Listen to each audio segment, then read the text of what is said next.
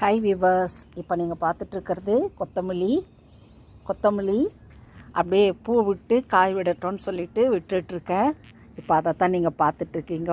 பாருங்கள், பூ எவ்வளோ அழகாக இருக்குது. நம்ம ஏதோ கடையில் விற்கிறத வாங்கி இதெல்லாம் அனுபவிக்க இல்லாத சாப்பிட்டுடுறோம்.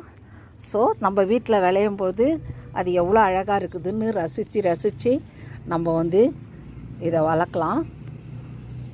பார்த்தீங்களா, இப்போ பூ அழகாக விட்டுருக்குதுங்களா பாருங்கள்.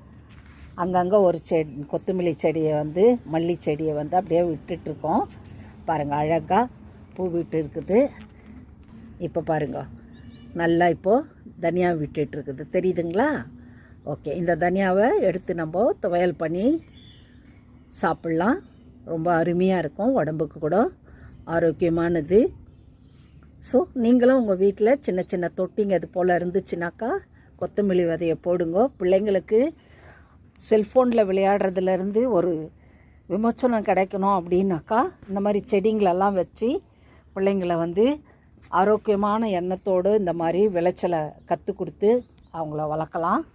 பிள்ளைங்களுக்கு நல்ல ஒரு பழக்க வழக்கத்தை நம்ம உண்டாக்கி கொடுக்கறதுல தப்பே இல்லை. ஸோ நீங்களும் ட்ரை பண்ணி பாருங்க. சும்மா ஒரு 4 விதை ஒரு தொட்டியில் போட்டு வளர்த்து பிள்ளைங்களுக்கு எப்படி செடி வளருதுன்றதை காமிக்கலாம். நம்மளும் சந்தோஷமாக இருக்கலாம். நம்ம கவலையெல்லாம் இந்த மாதிரி செடி வளர்கிறதில் மறந்துட்டுருக்கலாம். லைக் பண்ணுங்க, ஷேர் பண்ணுங்க, சப்ஸ்கிரைப் பண்ணுங்க. தேங்க்யூ.